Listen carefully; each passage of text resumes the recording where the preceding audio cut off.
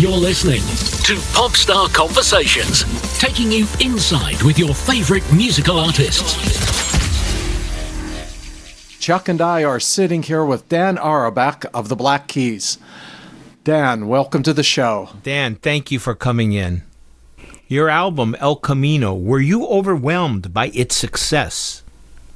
No, not really. I mean, because we'd slowly, each year, gained just a little bit more than the year before it, so it didn't feel overwhelming, you know? We'd had enough time to slowly get used to that kind of thing. It was really nice, but at the same time, it's not the reason we make music. It never was, so, you know what I mean? It still didn't really feel like our world. We were there getting the awards, but everything that we saw was like, we don't really have anything to do with any of this. You know what I mean? During the actual award show, we lasted about 15 minutes, and then we had to leave. Are the award shows important to you? I don't know. Who knows, man? It's nice to have an excuse to go to LA for a vacation, I guess. Do you feel like somehow you've lost your privacy? Yeah, that's been the biggest thing for us. Well, not for me really, for Pat, because he likes to be a public person, Twitter and all that kind of stuff. So he used to be able to just talk shit and make jokes and nobody cared. Do you know what I mean? Now when he does it, it's like a headline. So it's taken him some getting used to for that. Did you have a specific agenda when you approached this album? We didn't have any plan. We just went into the studio with nothing and improvised every day. And that's all we have. You know what I mean? It's just, we didn't talk about it. There was no direction. There was no plan. It just happened. You went into the studio directly after your last tour. Is that difficult? Yeah. I mean, we were straight away, yeah. I mean, we were pretty much in between tours. We went to Benton Harbor, Michigan. We spent 2 weeks. We recorded 12 songs. Then we went back on tour. And then we came to Nashville, we recorded a little bit, and then we went back on tour. Then we went to LA for 6 weeks and we recorded. Played a couple more shows, finished up the record here, just did all the vocals here and some little overdubs and stuff. I mean, it's just sort of, it's an ongoing lifestyle, you know, it never ends. Do you know what I mean? And we don't make a living when we're in the studio, you know, we make a living touring, so we have to tour. That's our bread and butter, as they say. And, you know, records just don't sell. You know what I mean? It's crazy. I mean, all the bands that I used to listen to when I was 14 and 15, you know, like all those bands that had #1 songs on the radio were just instantly multimillionaires just from record sales and radio play. Do you know what I mean? And now we have #1 records on radio, and it's not like that. Records just don't sell, you know? It's insane. So, so we tour.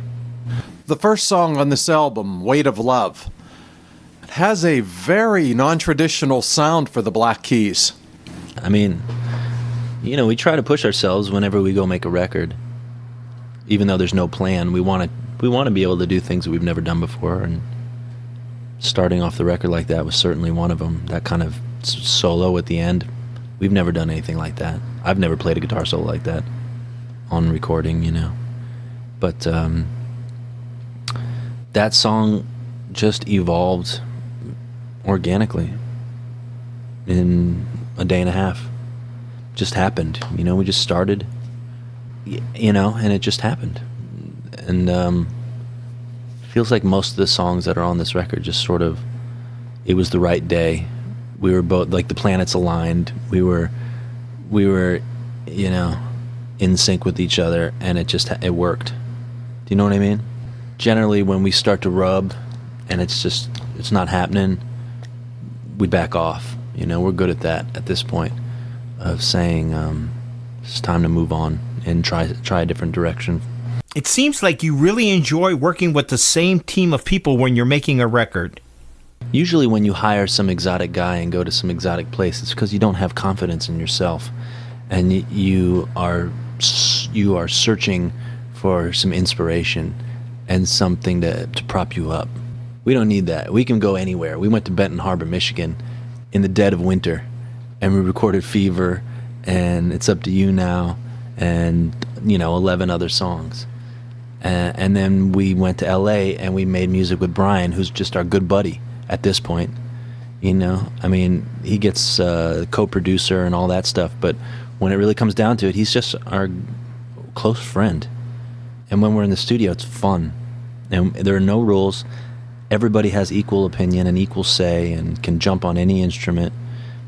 And we all love to be in the studio and to make records, and that's why we do it, We all are very fortunate to be able to have met each other and gotten to know each other and to be able to do this thing. Spend 6 weeks in a studio making music, it's a luxury. The name of this album is Turn Blue. What is the message you're trying to send? What is the subtext of it? Suffocation, asphyxiation. It's and it's also a saying. It means fuck you. Turn blue. It was an old 50s saying, and one of the song titles. So we just felt it was fitting for the kind of year that we'd had. We had all that in the year, you know what I mean? So felt like it was the title helped to summarize, what we'd gone through. This album must have been very cathartic and freeing for you. It was very therapeutic. Yeah, I'd never gone into a record and had it heal me like this one did. I'd never. I always just made music because I love it, and this one was different because it was it was a difficult year, and the music would really, took on a higher power. It was like religion or something. Do you know what I mean? It was just meaningful in a way that it hadn't been, which was great, and made it even more enjoyable. Really, there's personal things and feelings and experiences, but also enjoy being in the studio making music. And it was all of that wrapped into one, which it had never totally been for me. It's very personal, isn't it? It was all of that, I mean, it was like all of that and then some. And it was it's not just divorce. It's being a dad. It's touring. It's being gone, living on the road. It's just not. It's not a very healthy place to be. On the road all the time, 200 days a year.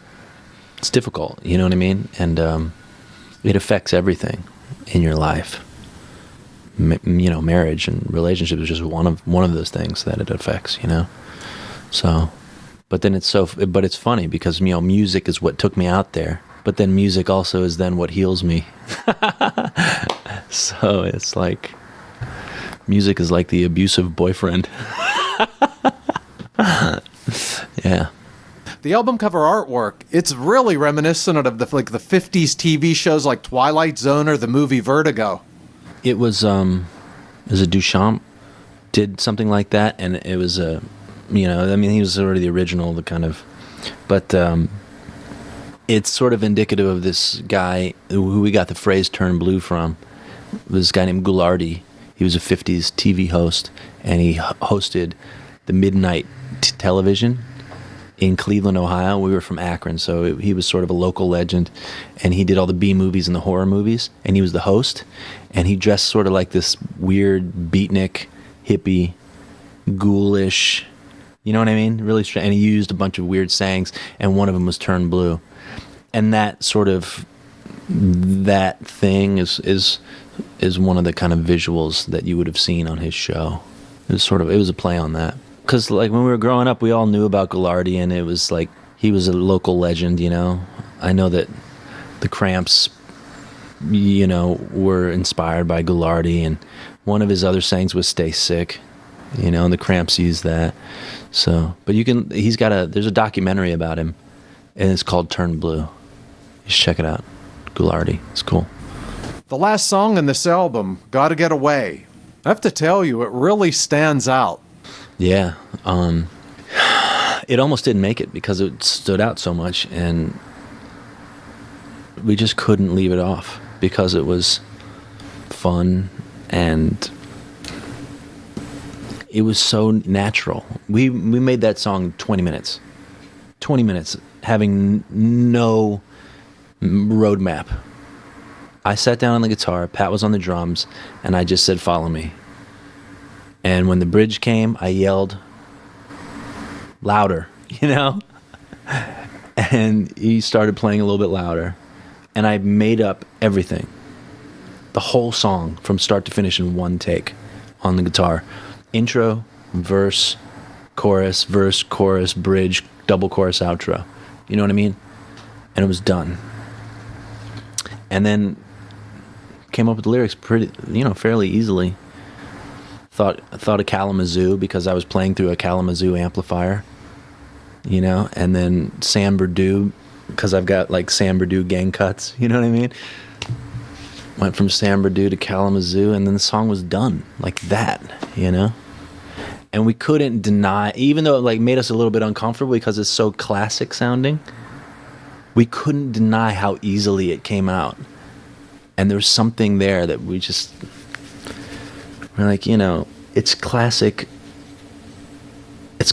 sort of like American rock and roll. And it's in our blood. You know what I mean? Like, that's like 70s rock radio that we grew up listening to coming out of Cleveland, Ohio, like WMMS 100.7, The Buzzard. I mean, that would be the kind of music that they play all day. Steve Miller Band, Tom Petty, Leonard Skinner, you know what I mean? And it's just so funny how the subconscious mind can work. And that song is that. That's what that song is. Now that you've been living in Nashville for a while, do you ever miss your hometown of Akron, Ohio? No, I miss Akron. I mean, there's things about it that I miss. Yeah, for sure. But the things about it that I miss are sort of those things that you think of fondly as a child. Do you know what I mean? Like the hill where you go sledding in the wintertime, and the park that you would go hang out at, and what it has in common with me as an adult. Not that much, other than my parents live there. I'm not really a part of any scene there. You know what I mean? I wouldn't know what to do if I went back because I don't hang out anywhere there. Do you know what I mean? It's just sort of, yeah. But, I love Akron, and it's a huge part of who we are, helped define us, So it was your father that introduced you to Nashville? Yeah, I mean, that's initially it's how I, thought of Nashville when I was thinking about someplace to move, because I would go on trips to see music, and I would come to Nashville and Memphis and Mississippi, and I always liked Nashville. I thought it was great. And then 4.5 years ago, I came here I had a weekend off, and I came to hang out with some friends, and I really liked it. I saw it for the first time as a place that you could live in, instead of just going to like the honky tonks with my dad. Do you know what I mean? And I really liked it a lot. And I love the airport's really easy. You can get to New York City pretty quickly. You can get to LA pretty quickly. It's a good place to be a musician too. They support musicians, Dan, when you're working with somebody, what do you look for in an artistic collaboration? Well, I have very limited time, so I have to work with somebody who I think is not going to take forever. Do you know what I mean? Because I don't have forever to take. And, I just have to like their music. And that's it. I don't have to think about it as a thing that I have to do to make money or to gain a reputation, because I don't need that. I make a living playing music.